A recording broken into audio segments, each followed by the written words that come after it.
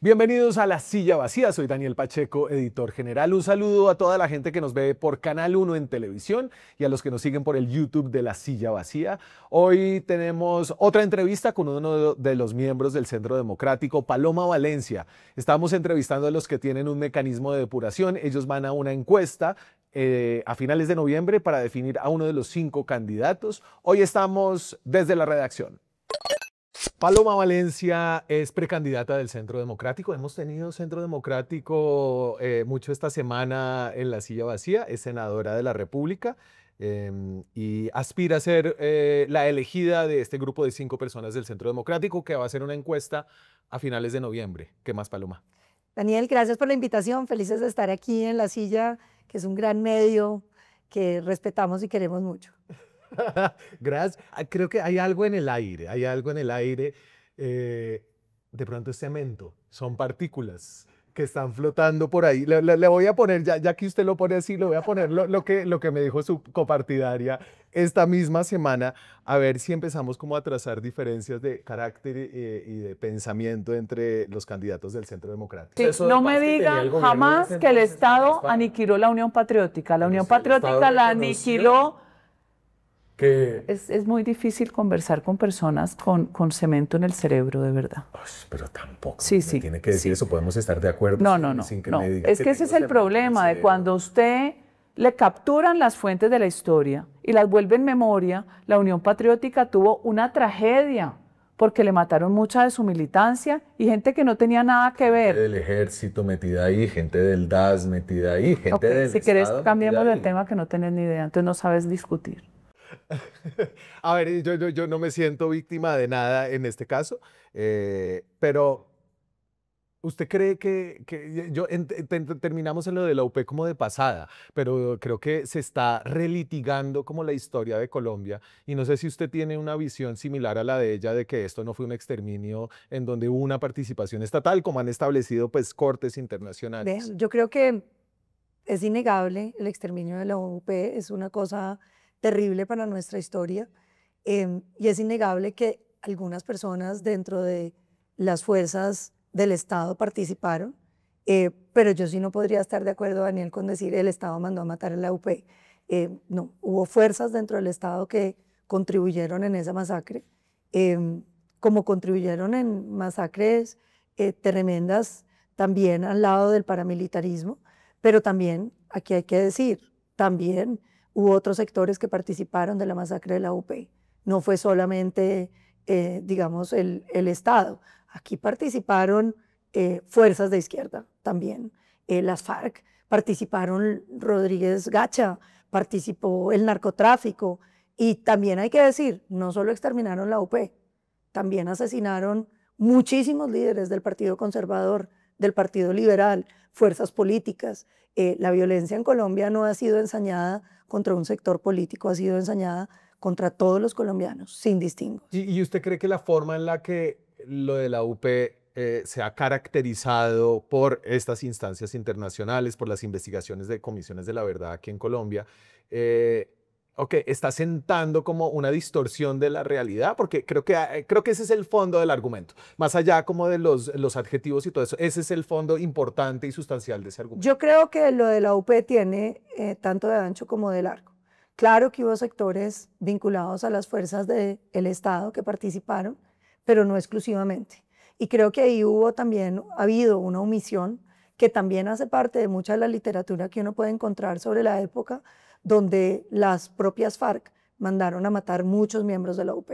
Esa parte de la historia no la han querido contar los sectores de izquierda. Seguramente, pues usted cómo va a demandar en las cortes internacionales a las FARC. Usted demanda a quien puede demandar, claro, que es al Estado. Claro. Esa parte de la historia quedó por contar. Claro, y quedó por contar porque finalmente la Corte Interamericana entra a actuar porque la justicia colombiana no lo hizo, ¿cierto? Es una justicia subsidiaria, entonces ahí hay un vacío claro, de verdad. Tiene que ser contra alguien que usted pueda atacar en las cortes internacionales y evidentemente pues las FARC hoy quedaron cubiertas por la impunidad de la JEP. Hubiera sido muy bonito que la JEP hubiera abierto, por ejemplo, el caso sobre los miembros de la UP que asesinó las FARC. Le voy a poner a Iván Cepeda porque creo que él sostiene algo que se vincula a este debate y tiene que ver con una posición en esta campaña en la que la izquierda asume una posición, y literalmente lo dice él, de superioridad moral. Ahí va.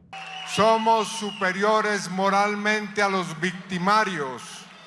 Tenemos la memoria de lo que ha acontecido y por eso prevaleceremos a pesar de todos los ataques, las decisiones injustas, y a la postre habrá verdad, justicia y reparación para las miles de víctimas del expresidente Álvaro Uribe Vélez en Colombia.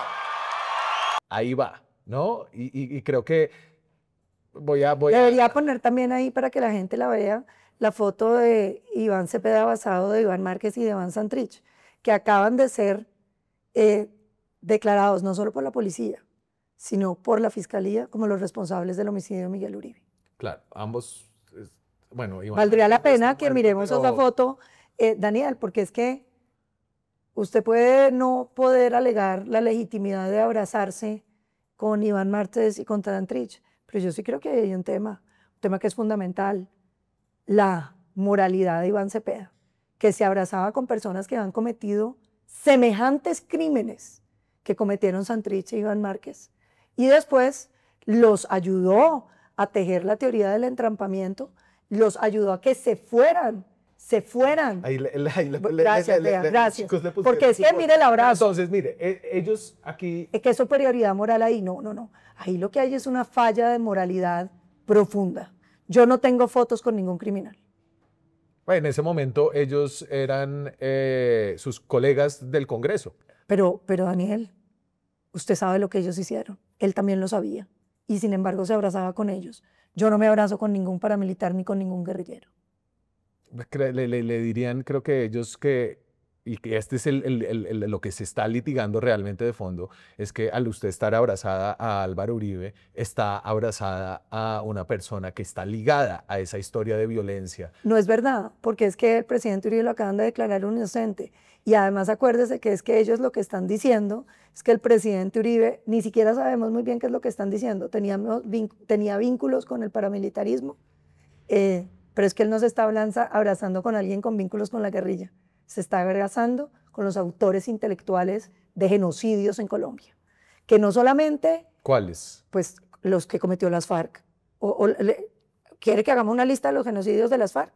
No es necesidad, todo el mundo los conoce. Ahora, sé que las FARC cometió delitos de lesa humanidad porque en el secuestro lo estableció la JEP. Bueno, ahí hay una instancia que... No lo estableció la JEP, Daniel, eso es lo que es grave. La JEP tomó lo que tenía la Fiscalía. No hay un solo dato que haya construido la JEP. Pero lo que hizo la JEP era un sistema de justicia donde ellos mismos reconocieron No es verdad, porque nunca les pidieron los crímenes. Esa es la gran falla de la JEP y es nuestra crítica. Porque si ellos hubieran ido y hubieran cogido todos los guerrilleros y les hubieran dicho, venga, usted, que le dieron amnistía, qué crímenes cometió, como se hizo en Justicia y Paz, aquí lo que les dijeron fue, esta es la información que hay en Fiscalía, eso ya lo teníamos. Sí. ¿Usted lo reconoce? Nunca les exigieron aportar verdad. Yo creo que ellos hicieron unos aportes de verdad, si no, no les habrían dado no les dieron aportes de verdad. Solamente les obligaron a reconocer los crímenes que ya estaban en Fiscalía. Y lo reconocieron. Y todos los demás no nos los contaron. ¿Cuál verdad es eso? Pues creo que ¿Cuál es era, un poco era una justicia distinta. No era todos los casos las responsabilidades individuales, sino los grandes responsables. Aquí nos dijeron que nosotros íbamos a cambiar justicia por verdad y que iba a haber aportes a la verdad. Los aportes a la verdad no son el reconocimiento. El reconocimiento es el reconocimiento. El aporte a la verdad es otro. Ahí no hay. Voy a volver a unas preguntas rápidas que tenemos como hágale. La gente que no la conoce, que la conozca. Algo más light. Sí. Salgamos. No. Vamos ahora a algo más light, luego volvemos a algo sustancial. ¿Sus papás quiénes son? Mi papá es Ignacio Valencia, fue senador y representante a la Cámara por el departamento del Cauca, aunque no lo crean, por el departamento del Cauca. Claro, conservador. De la línea del expresidente Guillermo León Valencia. Así es. Y mi mamá es Dorotea, mi papá ya murió hace 2 años y mi mamá se llama Dorotea La Serna, es bogotana, pero pues con corazón y ascendencia tolimense, vive en Ibagué, es arrocera, pero se dedica más que todo a temas de educación, ha trabajado mucho desde la Universidad de Ibagué en mejorar la calidad de la educación pública. Dos estirpes políticas, una del Tolima y otra del Cauca con mucha historia. ¿Usted qué religión tiene? Católica, apostólica y romana. Usted, a ver, esta pregunta siempre nos la critican un poquito, es sobre el estrato, pero más allá de si es 1, 2, 3, 4, 5, 6, usted, ¿su origen cuál es? Sí, yo creo que yo soy estrato 6, Daniel. He recibido muchísimos privilegios en esta vida y por eso estoy aquí. Porque yo creo que cuando uno ha tenido tantas oportunidades, no puede quedarse sentado en sus oportunidades, sino que tiene que contribuir a la sociedad en la que vive. Su vicio, Paloma. La política. Ese es mi vicio. Esto es un vicio. O sea, cuando usted recibe tantas amenazas y la vida se le vuelve tan cuadritos, mi marido dice, no entiendo. Y yo le digo, pues es un vicio, mano. O sea, ¿qué te puedo decir? Uno siente un enorme deber con este país y no lo puede dejar. Yo conozco a su marido, me lo encontré en grupos de estudio, de filosofía. Tomás es un tipo muy distinto a usted, ¿no? Sí. Es un tipo, pues no es de derecha. Cero. ¿Eso cómo funciona? Bien, porque yo vengo de una familia, Daniel, que ha hecho política. Y mi abuelo fue un presidente conservador antirrojista y su hermana fue ministra rojista. Y el hermano era comunista de la UP. Ajá. Y todos podían almorzar los domingos y podían conversar sobre Colombia. Y hay que entender que la afiliación política lo que hace es expresar una manera de entender la solución de los problemas de Colombia. Yo estoy convencida de que las soluciones para Colombia van del crecimiento económico, van de la mano de cuidar el sector privado, que es el que paga impuestos y genera empleos, pero creo profundamente en la política social, en la transformación social que puede hacer la política. Y entonces con Tomás discutimos todo. Hay cosas que le molestan mucho que yo diga y otras que me mata a mí que él diga. Sí, me imagino. No la molestan por su asociación mamerta. Yo tengo muchos amigos mamertos.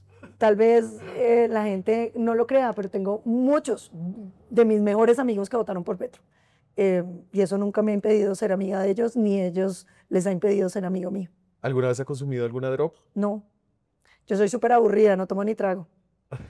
¿Su hobby? Amapola. ¿Su hija? Hoy Amapola es mi hobby total. O sea, todo el tiempo que tengo libre me gusta pasarlo con ella, gastar tiempo con ella. Hablar con ella, acompañarla en todos sus proyectos, en su Halloween, en su Niño Dios. ¿De qué se va a disfrazar? De Elfa del Bosque. Bueno, la mía va por unicornio. Su primer voto. ¿Usted es qué? Yo soy 76. 76. Mi primer voto, a ver. Pudo haber sido... 80. ¿Pudo haber sido Serpa, No. Serpa Pastrana? Pastrana. Entonces mi primer voto fue Pastrana, sí señor. Y de hecho tengo una foto con Pastrana, que los colores eran naranja y azul. ¿Y el último? En presidencia. Pues voté en la segunda vuelta por Rodolfo y en la primera por Fico. Y de ese voto de Rodolfo, ¿qué sabor queda? No, a ver, que Rodolfo, que en paz descanse, se murió y además lo condenaron. Primero, pues evidentemente no es el candidato por el que yo hubiera querido votar. Y yo creo que era un voto en contra de Petro. Y mi problema no es en contra de las ideas de izquierda, que yo, por ejemplo, si me hubieran puesto Rodolfo Robledo, tal vez hubiera votado por Robledo. Es porque a mí me parece que Petro es una persona que tiene unas profundas tendencias antidemocráticas que a mí me preocupan mucho. O sea, mi problema con Petro fundamentalmente es que él no respeta el Estado de Derecho, el equilibrio de poderes. Él entiende la democracia como que uno lo eligen príncipe, ¿no? Allá estaba poniendo que lo trataron como príncipe y estaba muy contento. Y él quisiera ser un príncipe, él quisiera poder mandar en Colombia como él le dé la gana. Y a mí eso me preocupa mucho porque es que la institucionalidad, el Estado de Derecho, es los límites y contrapesos y la existencia de quienes lo critican a uno. Hay unos riesgos que se ciernen sobre la democracia y yo creo que los que vienen de ese lado, como del espectro político, pues han sido como muy señalados porque es el que está en el poder, ¿no? Entonces, obviamente, ese autoritarismo con los decretazos, etcétera, etcétera. Pero en el ecosistema más a la derecha ahorita en la campaña, Le voy a poner lo que dice creo que ahora es ex reina, Laura Gallego, ¿no? Que está con uno de los candidatos que es estos outsiders, el empresario Santiago Botero, que siento gravita alrededor de lo que podría ser una coalición con el Centro Democrático. En el desierto tenés una pistola con una bala. Te sueltan a correr a Petro y a Daniel Quintero. ¿A quién le das la bala? A Daniel Quintero. Y un cachazo para Petro, pues al menos. ¿Bala para Petro o para Daniel Quintero? No, hombre, esos tipos no valen ni una bala, que les caiga la justicia. A mí me entristece mucho porque me parece que lo que está mostrando la ex señorita Antioquia es esa idea que los problemas son eliminando a quienes a uno no le gustan. Eliminar en política no se vale. Matar a Miguel Uribe no se vale. Matar a Petro no se vale. Este país tiene que hacer una línea, Daniel, roja en el piso. Una línea definitiva. De un lado, todos los demócratas, de todos los partidos, de izquierda radical, de derecha, de ultraderecha. Y del otro lado, la criminalidad. Si este partido no logra desactivar la idea de que uno por razones políticas puede matar a otro, nosotros no somos un país viable. Sí, ahí no solo Botero, que es creo que como el más caricaturesco en ese sector, pero Abelardo también empezó diciendo que quería destripar a la izquierda. ¿Usted se sentiría cómoda si gana esta nominación del Centro Democrático yendo a algún tipo de competencia con ellos? ¿Le gustaría? ¿Siente que son unos sectores con los que naturalmente podría estar? Yo me siento, digamos, más afín a unos sectores más de centro. Yo creo que yo soy de centro derecha y me gusta la centro derecha. Pero falta. Yo creo que Colombia necesita una coalición muy grande, una coalición que arranque de Sergio Fajardo hasta donde se pueda, porque aquí lo que me parece que tenemos que enfrentar no es la idea de ideas de izquierda, es las ideas antidemocráticas, es el surgimiento de un autoritarismo en Colombia. Y en eso creo que para mí es lo prioritario. Pero allá en la casa del expresidente Uribe estuvo Abelardo, entiendo que se sentaron y que Uribe le hizo unas preguntas duras, ¿no? Pero se tomaron la foto al final y yo siento que esa es como pues una señal de que con él se podría. Pero también están nuestros foros, David Luna, Oviedo, sí. Ha mandado delegados Sergio Fajardo, ha estado Cárdenas. ¿Y esas líneas quién las pone? Las pone cada candidato, Daniel, cuando uno es dueño de su candidatura, cada candidato. Porque María Fernanda decía, Uribe es el que va a decidir a qué coalición vamos a ir. Yo llevo trabajando con Uribe muchísimos años. Sí. Me cuesta trabajo sacarle una indicación en algo. ¿Él no le dijo a usted que no le sugirió que se bajara de la candidatura para irse a la cabeza de lista? Nunca, eso es absolutamente falso. Lo sacó la silla vacía mentirosamente porque él lo que dijo fue, yo siempre he pensado que si Paloma no llegara a ser nuestra candidata debe ser la cabeza de lista. Pero cuando vino Miguel Uribe a decirme que quería ser candidato, le dije, pues sea más bien usted la cabeza de lista. ¿Y usted esa puerta ya la cerró? Sí. O sea, ¿de verdad firmado en piedra usted no? En política no hay nada firmado en piedra, Daniel, porque cuando un partido le pide a usted que preste un servicio, lo he hecho. Por ejemplo, yo tenía una niña de 3 meses y hice una campaña presidencial. Pues usted me pregunta, ¿y ese era su buen deseo? Pues no, yo tenía una niña de 3 meses que me tuve que echar en una cartera. Pero yo siento que yo ya cumplí en el Congreso. Yo he sido la mejor senadora que tiene la oposición, sin duda alguna, reconocida incluso por quienes son de izquierda. Dicen aquí la que lleva la batuta es Paloma y creo que ya 3 periodos en el Congreso pues van siendo suficientes. Pero entonces de pronto si se lo piden y si no sale En principio creo no. En principio yo creo que eso ya está terminado y que quiero hacer otras cosas. Ya también son 12 años. Como sabemos que su vicio es la política, otras cosas en otros lados de la política. Tampoco van a decir que es que ahora Paloma dijo que se va a retirar de la política. No, la política es mi vida, es mi vocación, es lo que voy a hacer y yo voy a ser presidente de Colombia. Entonces, en el Centro Democrático hay 5 candidatos. Andrés Guerra, que es senador antioqueño, Paula Holguín, también antioqueña, está Miguel Uribe Londoño, el papá de Miguel Uribe. También antioqueño. También antioqueño. Y está usted y María Fernanda Cabal. Que somos Pacífico. Usted es Rola. No, yo me crié en Popayán, hice mi colegio en Popayán. ¿Sí? ¿Cómo voy a ser de Rola? Cuando mis mejores amigos todos son de Popayán, ¿Usted cuándo llegó a Bogotá? O sea, usted a la universidad. a la universidad. Sí. Ok. Mira, de lo valgo. No, pues en los Andes a todo el mundo se le pega los rolos. Sí, de acuerdo. Entonces, ahí como y la siento a María Fernanda, a Paola y a ustedes la siento como con un parche, con buen feeling, hacen cosas juntas, se toman fotos, se conocen muy bien. Andrés lo siento más alejado y a Miguel Uribe, pues siento que ahí adentro como eso generó muchas fricciones su entrada y ahí hubo un poquito de drama. No, no hubo drama.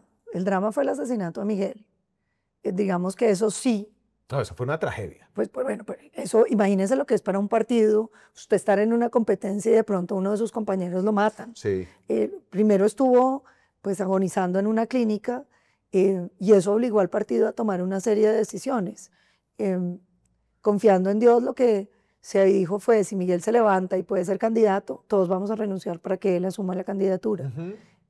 Lo segundo era, si no es así, nosotros nos vamos a someter a una encuesta que la vamos a hacer en el mes de octubre y el que gane será el candidato.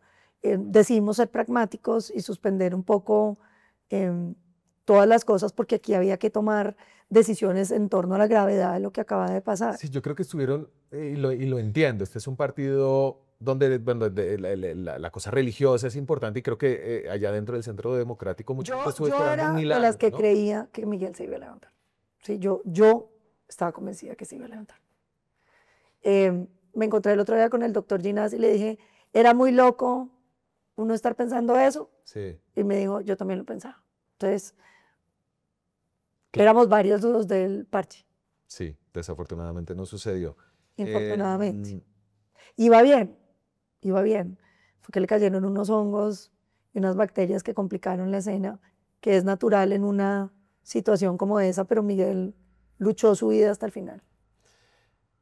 ¿Le gustaría ver a Uribe en el Senado? A ver, él se va a poner de Sí, claro. 25, pero realmente usted, yo lo veo muy difícil. Yo creo que se puso de 25 para no salir y para No, ganar la lista. cada uribista que me está viendo aquí va a conseguir no solo su voto, sino uno más. Vamos a elegir el 25. No, pero Y vamos a hacer la primera fuerza política de Colombia. si se quisiera elegir, se pondría de cabeza de lista. No, porque el presidente Uribe hay que saberlo leer. Él ha venido construyendo unos liderazgos que somos nosotros. Y si él vuelve y se pone por encima de nosotros, pues vuelve y digamos, vuelve a ser la cabeza de él. Sí. Y él lo que está es entregando la cabeza. Fíjese que es una cosa muy simbólica, es entregar la cabeza al partido. ¿Y a quién se lo va a entregar? Pues al segundo, me imagino yo, ¿Al segundo de qué? De la encuesta. de la encuesta, me imagino yo. Ah, no, pues entonces ahora sí ya va, bueno, el segundo de la encuesta. Una encuesta, esa encuesta tiene un problema y es el nombre. De acuerdo. Nombre de Miguel Uribe, ¿no? Entonces cuando a la gente le preguntan por Miguel Uribe, no sé, está pensando en el hijo, en el padre, en todo el mundo. ¿Cómo van a hacer para que eso se pueda como... Pues apenas estamos en las conversaciones, pero me imagino que eso tendrá que llevar, por ejemplo, un tarjetón con foto en las encuestas presenciales para que usted sepa por quién está votando. Ok, que no es el joven. Pues infortunadamente no. ¿Y le gusta Atlas como encuestadora? Sí, ay, yo creo que las encuestas son una cosa muy aproximada y que son muy difíciles. Yo a veces les digo que lo rifemos. Digamos que aquí nosotros sentimos que esa ley en la que usted participó muy activamente de las encuestas, de prohibir las encuestas, usted fue la que puso la proposición, no le sirvió a la democracia y que además hicieron una ley a espaldas del país, de las Cero a espaldas, encuestadoras, Dani. de la prensa, de todo el mundo que está involucrado como en el mundo de la política. Cero de espaldas, ese proyecto se ha discutido 3 veces en el Congreso, no es una iniciativa nueva, es una iniciativa de Lara cuando era congresista, se discutió, vino todo el mundo a alegar. Paloma, nosotros nos enteramos cuando estaba en sanción presidencial. Nadie habló de esta ley. Los encuestadores no fueron consultados. Pero los consultaron antes. Ahora, yo creo que no, yo creo que el experimento para Colombia no ha salido mal, todo lo contrario. Yo creo que cuando usted empieza a preguntar intención de voto un año antes de las elecciones, está llevando a la gente a una cuestión que no es real. Intención de voto, las encuestas no se prohibieron, se pueden sacar todas. Lo único que no se podía sacar era intención de voto. No, pero es que una veda de este tipo no existe en ningún país del mundo, no sé, de pronto en Corea del Norte, donde no hay elecciones. Vea, yo creo que... Y hay una cantidad de información falsa, todo lo de Polymarket, ¿no? Entonces, 3 personas apuestan por Abelardo de la Espriella y meten $10.000 y entonces se dispara y él sale a promover. Eso estoy de acuerdo, hubo un montón de cosas, de consecuencias que nadie pensó, pero decir que se hizo de espaldas al país y que es como nuestra, no, es que todo el Congreso la votó. No. Evidentemente los encuestadores son los tipos más impopulares en el Congreso de la República, ¿no? Pero que yo creo que Yo creo que, digamos que esa era una discusión que se venía teniendo con Rodrigo desde hace mucho tiempo, cuando Angélica me dijo la voy a volver a radicar. Yo, desde la primera vez que la presentó Rodrigo, le dije a mí me parece bien, me parece que ¿Usted por qué puso se la puede veda? tener... Y además con gente que se está midiendo en encuestas. La presenté yo, pero no era mía. ¿De quién era? Eran las conversaciones que se estaban teniendo en las reuniones. Yo en ese proyecto realmente participé. En las reuniones de las que nunca supimos, nunca contaron, eso fue... Yo tampoco fui mucho porque yo tenía otros proyectos que eran prioritarios para mí, pero creo que realmente no es verdad que se prohibieron las encuestas. Pero a ver, usted es una senadora muy pila. Sí. Usted no presenta proposiciones con las que no esté de acuerdo. No, a mí me pareció bien. Me parece que el argumento es serio. Es la intención de voto, usted la debe medir 6 meses antes de elecciones. Decir que vamos a tener encuestas con intención de voto 6 meses antes de elecciones es un atropello a la democracia. No, Daniel, no es verdad. Pero eso es un acto de censura. No es censura. Decir que usted mida favorabilidad, todo lo que quiera, pero intención de voto. Es como decir, no, 6 meses, 5 meses, 5 años antes. Es que, ¿qué tal que yo le hiciera una encuesta sobre quién va a ganar la elección en el 30? Claro, pero es una encuesta que usted puede salir a decir esta encuesta es chimba porque está midiendo una cosa que no se puede medir, ¿no? Pero déjanos en mano... censura... no, Daniel, no es censura. Pero es prohibir la expresión de la opinión de la gente. Y yo creo que eso es... La opinión de la gente. Sí, ¿por quién quiere ¿Usted votar cree usted? que hoy la gente sabe por quién quiere votar en el sabe. 30? Pues, no, yo creo que aquí hay que poner un poquito de cordura también en el ejercicio de las encuestas y uno no puede pedirle a la gente un año antes de elecciones que diga por quién va a votar, porque eso usted y yo sabemos que no es cierto. pero lo que pasa es que usted está prohibiendo una opinión, ¿no? Una opinión transmitida a través de una metodología estadística de encuestas. Pues usted puede decir, no estoy de acuerdo con eso, esas encuestas son malas, ¿no? Pero prohibir que se haga. Sí, además, yo al final creía que eso... con una amenaza de sanciones penales a los encuestadores. Sí, de acuerdo, yo en eso de las sanciones creo que eso fue totalmente exagerado, pero no creo que la ley haya tenido un efecto nocivo sobre las elecciones y que haya una veda y que la gente, pues, pobrecita la gente no pudo saber en 6 meses a elecciones. Que los colombianos tienen afán hoy en día en esta elección, sí, pero eso no tiene nada que ver. Uno no debe confundir el afán con el cansancio. Las encuestas.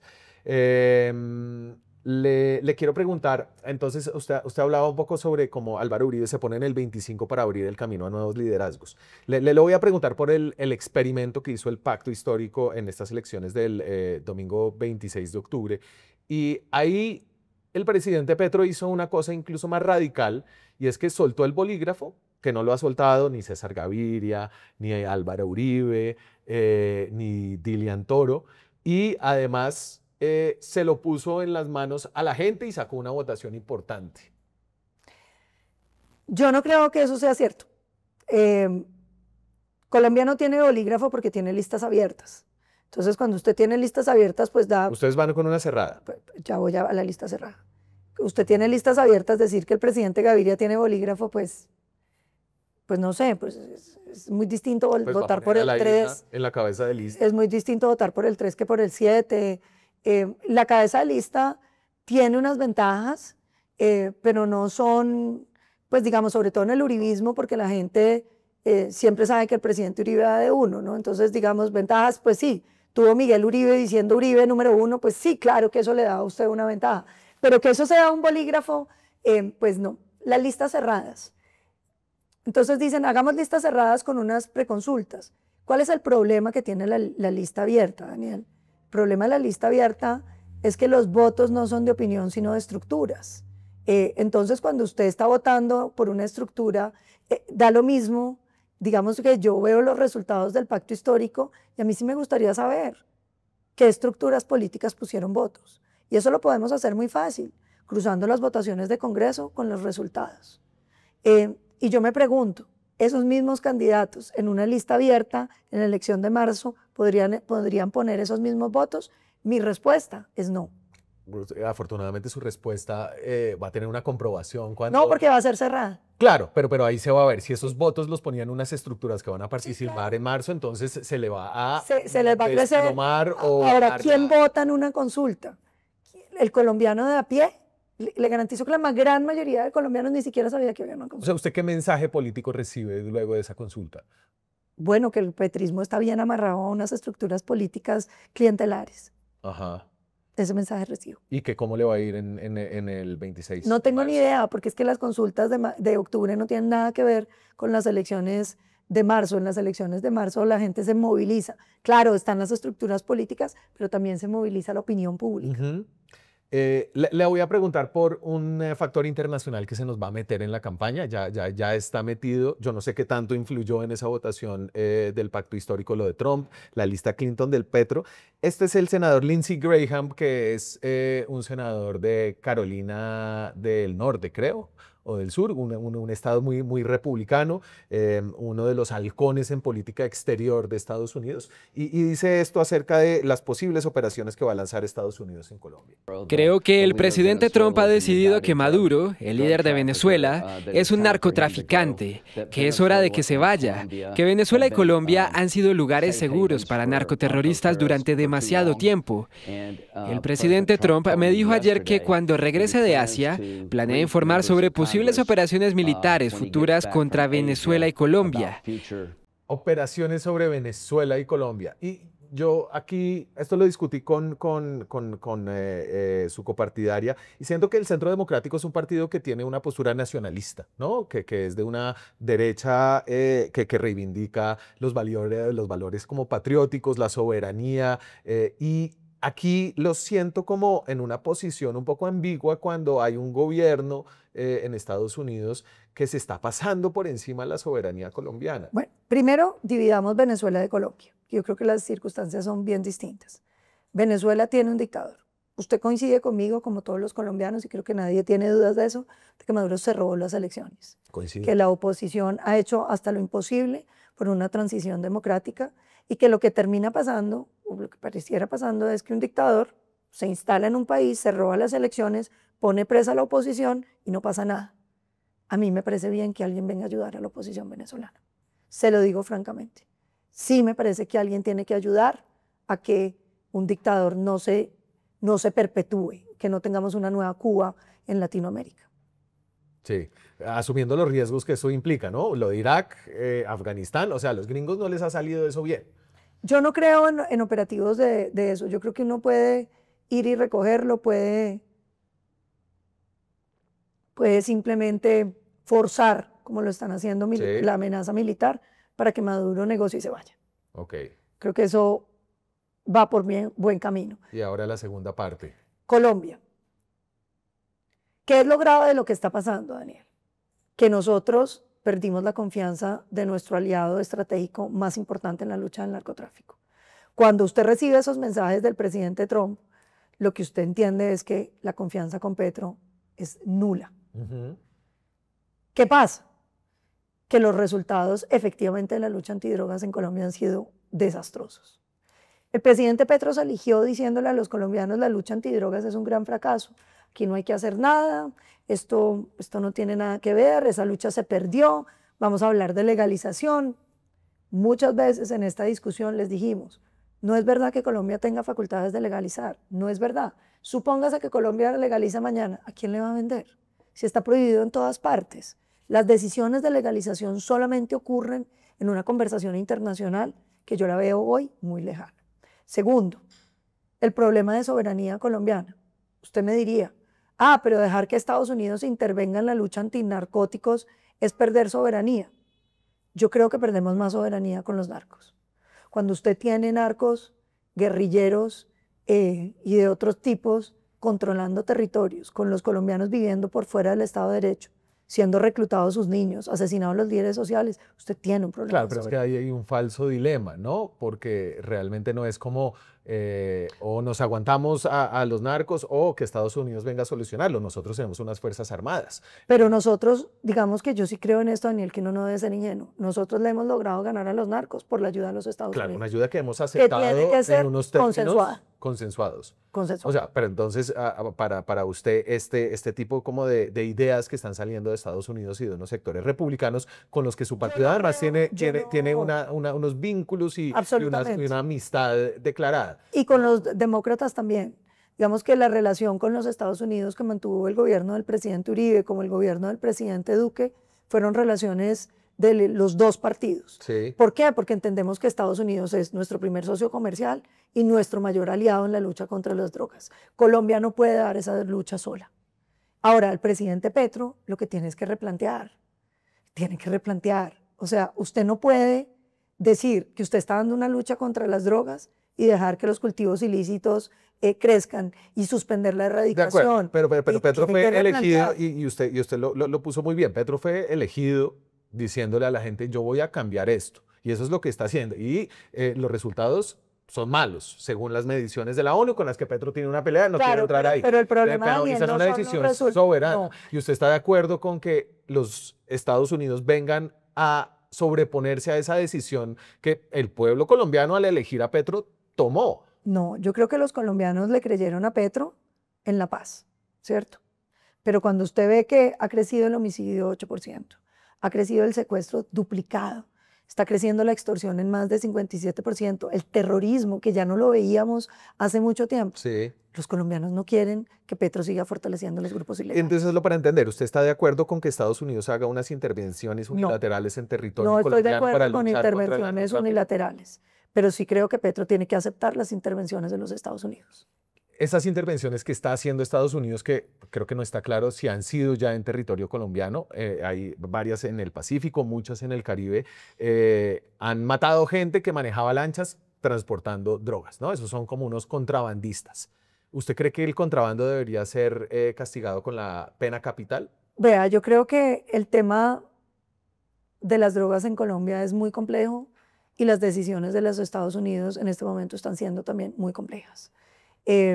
Lo que yo siento es que en la medida en que los gobiernos latinoamericanos como Petro decidan no combatir las drogas, van a agravar la situación latinoamericana, no con respecto a los Estados Unidos, con respecto a los colombianos.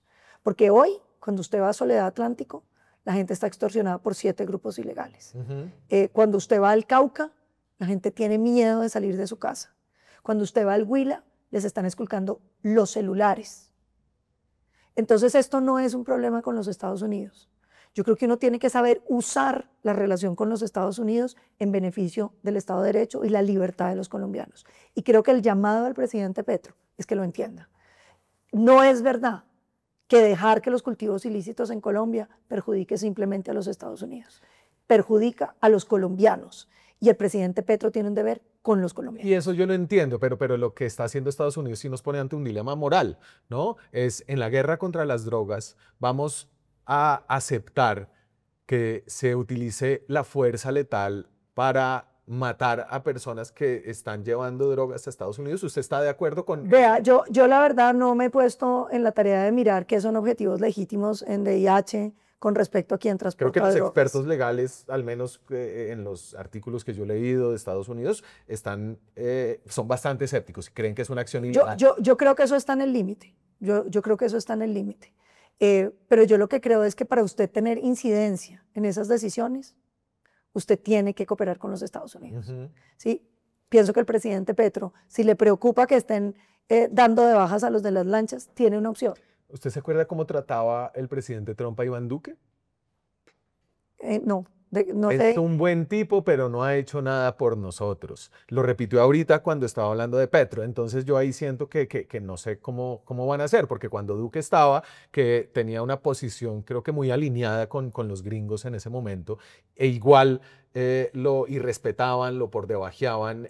Yo creo que uno, ni por debajearse ni arrodillarse, Aquí hay que ser pragmáticos, como son las relaciones internacionales. Usted no se tiene que poner a pensar es que tengo que caerle bien a los gringos o si los gringos lo quieren o no lo quieren. Sí. Por eso le dije, uno tiene que saber usar las relaciones que tienen. Para Colombia es prioritario disminuirle los ingresos a los ilegales. Es prioritario que los colombianos puedan vivir sin miedo. Los Estados Unidos están interesados en combatir la droga, perfecto, úselos, porque es que no es el problema de si los gringos consumen o no droga. Son los caucanos que hoy les ponen bombas con drones. Claro. Es que usted vaya a un municipio como Soledad y la gente no pueda vivir, tenga que cerrar su negocio por las extorsiones. Pues los gringos deberían ayudar tratando de hacer como cosas de salud pública para que la gente consuma menos cocaína. Pero eso allá, pero a nosotros lo que nos sirve es que nos ayuden acá. Entonces yo lo que no entiendo es por qué el presidente Petro, por ocupar los zapatos de Fidel, que le quedan súper grandes, pone en riesgo las relaciones comerciales de un país como Colombia. Yo le pregunto, Daniel, si mañana nos ponen sanciones, ¿qué va a pasar con la cosecha cafetera? ¿Qué va a pasar con el banano del Urabá? ¿Qué va a pasar con las flores? Aquí uno no puede jugar a ser Fidel, porque es que nadie quiere la pobreza de Cuba. Le voy a hacer unas preguntas que tengo aquí como de política pública. ¿A usted qué política del presidente Petro y del gobierno Petro le gustaría continuar si fuera presidenta? Vea, a mí me encantaba el proyecto de caminos comunitarios. Ajá, con las juntas de acción comunal. Que no lo hicieron. Pero me encantaba. Yo creo que uno sí tiene una oportunidad de pasar la plata de regalías en construcción de vías. Ese no decía eso, lo de regalías es mío, y hacerlo con los municipios y con las juntas de acción comunal. El uribismo ha coqueteado con las asambleas constituyentes en el pasado, ahora lo hace el presidente Petro. ¿Asamblea constituyente, sí o no? No, porque es que yo creo que los momentos del país van cambiando. ¿En qué sentido? Cuando usted tiene un país absolutamente polarizado, meterse en una constituyente es una pésima idea, porque va a haber ganadores y perdedores. Las constituyentes deben sellar acuerdos, no abrir heridas. Entre otras cosas, yo no veo ningún problema de Colombia, ninguno, que necesite un cambio constitucional. ¿El de la justicia? Ese es el único, y yo he propuesto varias veces una constituyente acotada a la reforma a la justicia. ¿Qué quiere decir eso? Una asamblea que solamente rediseñe la justicia. Hoy siento que lo que se podría hacer, dado que el país está tan polarizado, es tener una gran conversación con la rama judicial, que son conscientes del problema de justicia que hay. Ahorita que sacamos la reforma a la justicia en este gobierno, que no es una reforma a la justicia, en realidad es como alguna reforma del procedimiento. Una reforma al procedimiento de los acuerdos que pueden ser los zampones con la justicia, pensando en llevar más allá ese sistema acusatorio basado en lo gringo que está basado en esos acuerdos. La conversación que tuvimos fue, démonos este último chance.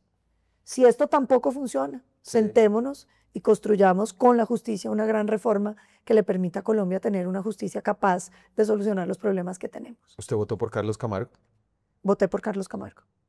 ¿Y no le hizo mucho ruido que él le hubiera dado puestos a sus electores en la Corte Suprema de Justicia cuando estaba en la Defensoría del Pueblo y a los mismos senadores, y que nadie sintiera que eso podía significar un conflicto de interés? Vea, yo creo que el tema de los puestos, primero no tengo claro cómo habrá sido, pero yo creo que Carlos Camargo no lo eligieron por los puestos, lo eligieron en contra de Petro. Eso no es una elección comprada, es una elección donde él ha jugado unas posturas que le dan a muchos congresistas como a mí la certeza de que va a ser independiente a Petro. Para mí eso era lo importante. La otra señora era de Dilian. Sí, pero cuando ya lo abraza Petro, la otra señora tenía una gran hoja de vida. Yo hablé con ella, me pareció una gran señora. Sí, no tengo nada contra ella. Pero cuando ya lo abraza usted el gobierno, en una situación donde usted está oyendo a los ministros decir que quieren tumbar la Constitución y que piensan en la reelección de Petro, pues es un peligro para el país, no para mi partido, para el país, que nosotros elijamos una corte que esté amangualada con el presidente. ¿Minería y petróleo en la Amazonía?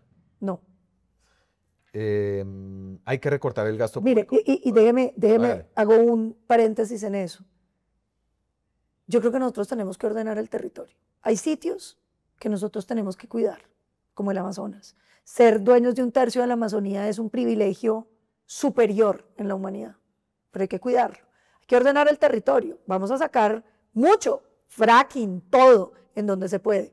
Y con esa plata vamos a cuidar nuestros parques nacionales, el corredor del Jaguar, la Amazonía. Vamos a impedir que se siga deteriorando. Uno tiene que tener claridad. Hay sitios donde podemos hacer de todo y sitios que son sagrados. ¿Hay que recortar el gasto público? Absolutamente. Yo quiero llevar, como dice el Instituto de Ciencia Política, a 9 ministerios de este país. Quiero reducir los órganos de control. Quiero reducir la burocracia estatal. Nosotros tenemos, mire, Daniel. Ay, necesita otra constituyente acotada. No. Yo creo que esta es una conversación de país. Demasiados incentivos en el Congreso para tener puestos en Procuraduría, Contraloría, Personería. Hay que convencer al Congreso que les va mejor no teniendo un puesto, sino solucionándole los problemas a los colombianos. El otro día estamos en una reunión hablando de la crisis energética de las tarifas del Caribe, tremenda. ¿Usted sabe por qué no hay crisis energética de las tarifas en el Pacífico? Porque no hay luz. En Cali hay luz. Sí, vaya el resto. Entonces, aquí el país tiene que darse cuenta que es lo que es importante. Este país tiene 5.700.000 colombianos en pobreza extrema y 22 millones en pobreza. Eso es lo importante. A eso es que tenemos que invertirle la plata y no estoy dispuesta a ceder con nadie que me diga que lo que necesitamos es tener más burocracia, que porque eso en algún momento va a generarle bienestar a esos 22 millones de compatriotas. No, señor, la plata la vamos a invertir allá. ¿Estados Unidos o China? Estados Unidos, sin pelear con China. Y diversificando, porque es que claro, Estados Unidos ya no quiere con nosotros, ni con nadie. Yo creo que uno tiene que diversificar y que nosotros tenemos que tener un sistema, la Cancillería tiene que ser un Ministerio de Comercio Exterior. Esa Cancillería que nosotros tenemos, que es como de hace 100 años, que es para que manden resúmenes de las noticias de lo que está pasando por allá, señor, ya no se necesita. Usted no necesita embajadores que vayan a reunirse con los otros embajadores para conversar y tratar de sacar alguna información. Sí. No, usted necesita embajadores abriendo mercados y vamos a ponerle una evaluación a los embajadores en términos de cuántos negocios al año están cerrando. Y los consulados son para atender a los colombianos y los vamos a hacer calificar por los colombianos que vienen del exterior, no más burocracia inútil. ¿Usted qué priorizaría? ¿Becas del ICETEX o cupos en universidades públicas? Becas del ICETEX, Serpi lo paga, vuelve o lo vamos a renegociar. Uy, pero eso no fue como una transferencia de una cantidad de recursos públicos a universidades públicas privadas, además de élite. No, todo lo contrario, Daniel. Yo creo que cuando usted ve los estudios hoy de medición de impacto de Serpi lo paga, no hay ningún estudio que no le muestre que fue una excelente decisión del presidente Santos. Y le quiero contar lo siguiente, no solamente educó los niños de los estratos más bajos de Colombia en las universidades élites, sino que los niños de las universidades élites tuvieron la oportunidad de compartir con los niños pobres de Colombia. Eso es muy importante, porque si usted no tiene educación donde la sociedad colombiana se encuentre, no vamos a poder construir una sola Colombia. ¿Existe alguna posibilidad de que Álvaro Uribe y Juan Manuel Santos, a ver, no sé si es reconciliarse, pero se sienten a charlar? No. Esa oportunidad se dio con los acuerdos de La Habana, cuando nosotros ganamos y el presidente Uribe fue allá a pedir unos cambios y simplemente ignoraron toda la... Ellos dicen, concedimos en, no me acuerdo, era 74 puntos de 76. Daniel, usted que es un periodista juicioso con un medio tan juicioso como La Silla Vacía, coja los acuerdos primeros, coja los segundos y muéstrele a los colombianos los cambios. A ver, yo creo que un cambio significativo que fue sacar a los terceros del conflicto del ámbito de la JEP, es decir, a los empresarios, a toda la gente. Eso lo sacaron antes y por petición del vicepresidente Germán Vargas Lleras. No me acuerdo. Sí, yo sí. Y el tema de, ustedes querían cárcel para las FARC. Sí. ¿No?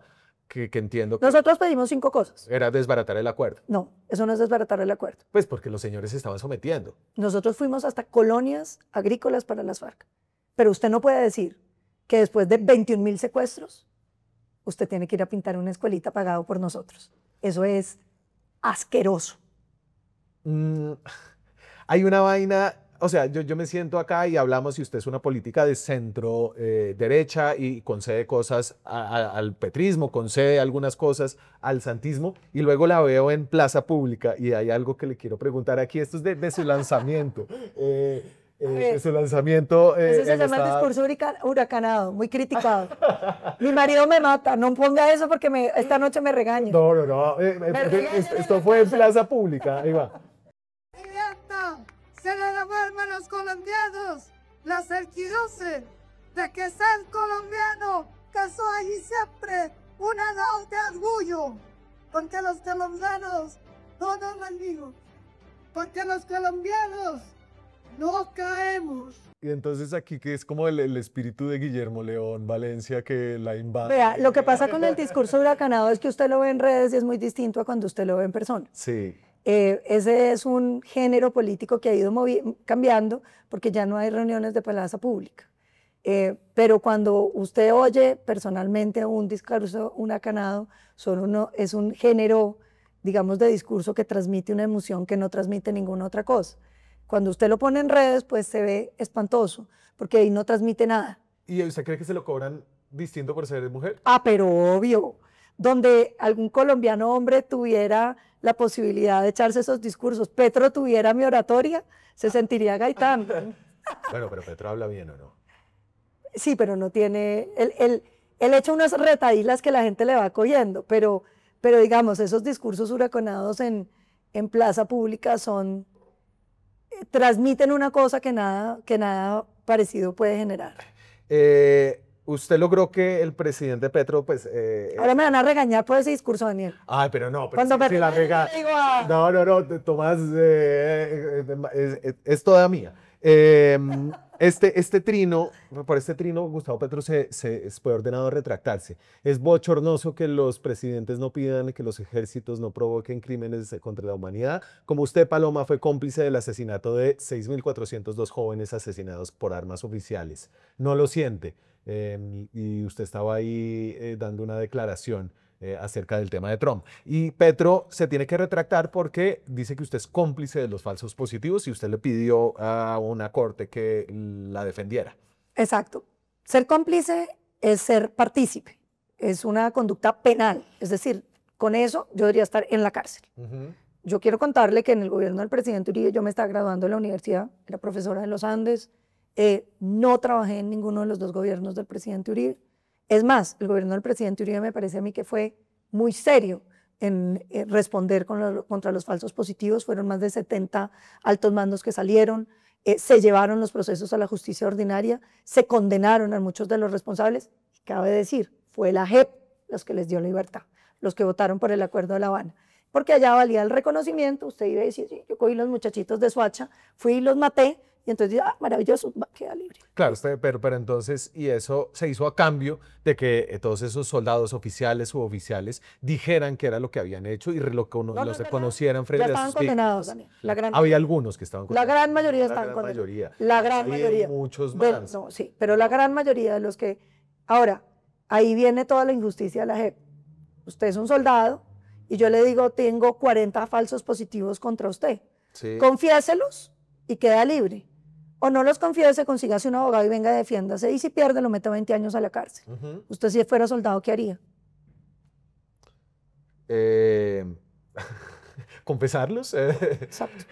Ese es un sistema que nosotros, desde que se negoció el Acuerdo de La Habana, dijimos, no es aceptable. Claro, pero ellos no... Es decir, ellos hacen una investigación previa, hablan con las víctimas, revisan los archivos de la fiscalía. No hay víctimas falsas ni hay un propósito político de perseguir a la fuerza pública. Una corte de 20 y pico magistrados ganándose 60 millones. Pero usted ha visto la contrastación que hace. Mire, le voy a dar un dato, Daniel, para que usted entienda lo grave que es lo de la JEP. Que yo no lo digo por sesgo ideológico. ¿A usted le parece que es distinto que yo mate a un civil sabiendo que es un civil a que yo mate a un civil sin saber que era un civil? Sí. La JEP considera que eso no es necesario distinguirlo cuando hablamos de falsos positivos. Es decir, es la misma conducta para la JEP que yo haya cogido los muchachitos de Soacha, los haya llevado y los haya matado a sabiendas de que eran unos muchachitos inocentes. Sí. A que un soldado en medio de una selva haya oído un ruido, haya dicho quién es, y nadie contesta, mata y le pone una pistola porque resultó que era un campesino, es la misma conducta para la JEP. Claro, ambas son altamente problemáticas, ¿no? Pero entiendo que hay una diferencia. Es muy distinto usted matar a un civil sabiendo que era un civil a un error que puede cometer tremendamente grave. por supuesto. Paola Holguín también pasó por acá. Estamos entrevistando, hay tantos candidatos, estamos entrevistando a los que tienen un mecanismo de depuración organizado, así que felicitaciones por eso, muchas gracias. Paola Holguín dice esto y le dijo esto a Juanita León acerca de este tema de Palestina e Israel, que se ha vuelto como un tema de política en todo el mundo. O sea, ¿usted tiene dudas de que haya habido un genocidio? Digamos, las imágenes que hemos visto de... Sí, imágenes también vimos en la época del estallido social de nos están matando, y después vimos que muchas de las imágenes eran falsas, eran fake. Entonces, yo siempre he creído, porque yo no estoy en Gaza, yo no estoy en Israel, yo no tengo toda la información de primera mano para poder juzgar qué fue lo que en realidad pasó. Lo que yo estoy pidiendo es, a la hora de juzgar, juzguémosla completa. Y entonces, que creo que todo el mundo se ha tenido no sé, si usted no ha tenido 20 comidas en las que termina todo el mundo peleando por lo que está pasando en Israel y todos son expertos en los acuerdos después de la Segunda Guerra Mundial, pero este tema se nos metió en el debate. ¿Usted cree que allá hay un genocidio? ¿Hubo un genocidio? ¿Está ocurriendo un genocidio? Yo soy amiga de Israel, soy amiga del pueblo judío, lo admiro infinitamente, me parece un pueblo realmente escogido por Dios. Y creo que lo que pasó con Hamás fue espantoso. Es decir, lo que hizo Hamás contra los ciudadanos inermes, los videos, la crueldad, la sevicia, sí, es horrible. La reacción de Israel me parece desproporcionada en muchos sentidos y también la entiendo porque ahí hay como un nunca más, ¿sí? Cuando usted lleva las cosas a esos extremos, lo que yo siento que quieren decir es nunca más porque no va a quedar nada. Pero yo sí creo que evidentemente el sufrimiento del pueblo palestino es tremendo, porque una cosa es Hamás y otra cosa es el pueblo palestino. Y me preocupa mucho lo que viene hacia adelante, porque el pueblo palestino va a seguir ahí. Y el odio que se va a crear, si antes había odio, pues ahora va a ser a unos niveles inimaginables. Yo celebro que el presidente Trump, vuelvo y le digo, intervenga en esas cosas, sí, porque es que alguien tiene que tratar de poner orden en el mundo cuando el mundo se desordena de tal manera. Me duele mucho pensar en los palestinos, como me duele mucho pensar en los asesinatos del pueblo judío. Voy con unas rápidas para terminar y están buenas porque usted tiene afán, entonces sí van a ser rápidas. Hágale. Antes de eso, el exministro Montealegre se iba a caer en una moción de censura. Iba a ser la primera moción de censura victoriosa. No, bueno, también le había pasado a Guillermo Botero en el bueno, sí, también le habían, pero este iba a caer. Ese iba a caer. En los primeros 10 minutos conseguí 26 firmas. ¿Por sus manos o por las manos de Gregorio el Hach? ¿O por ambas? Por todas las manos. Sí, ahí veo varias manos. Ahí veo varias manos. No le voy a mencionar todas las manos que veo. Paloma, legalización de la marihuana para uso adulto. No. No, y le digo por qué. Sí. Hoy está legalizada. Pues no. ¿Cómo que no? Pues se siguen metiendo a chinos, a OPJ. Lo que está prohibido es vender. Usted, si llega la policía a su casa y usted tiene una paca de marihuana que se está fumando, nadie. Legalización de la venta de marihuana, que usted puede ir a una tienda normal en vez de ir donde un jíbaro. No, por una razón, y es, nosotros no podemos ponernos ahorita, además, en el trabajo de distinguir la marihuana ilegal de la legal como el oro. Es que no es verdad que porque usted legalice los mercados ilegales desaparezcan. Si no, pues no habría oro ilegal. Uno no puede ponerse ahorita a decir, esta marihuana es buena, esta marihuana es ilegal. No. Claro. Todo es ilegal. Fíjese que al menos por su legalidad, la venta de oro no es una fuente de violencia. La venta, o sea, la minería ilegal no, pero en la venta de oro, pues en la venta de oro es un negocio legal. Hay tiendas que venden oro en Caucasia, lo que pasa es que sí, todo su origen puede ser ilegal, pero fíjese que ahí no hay un factor de violencia. La violencia del mundo y usted no puede quitarles el oro porque queda blanqueado. No, nosotros no podemos recortar los ingresos de los mineros criminales en este país porque están cubiertos por la legalidad del oro legal. Ese es el gran problema del país. ¿Está de acuerdo con el aborto legal hasta la semana 24? Absolutamente no.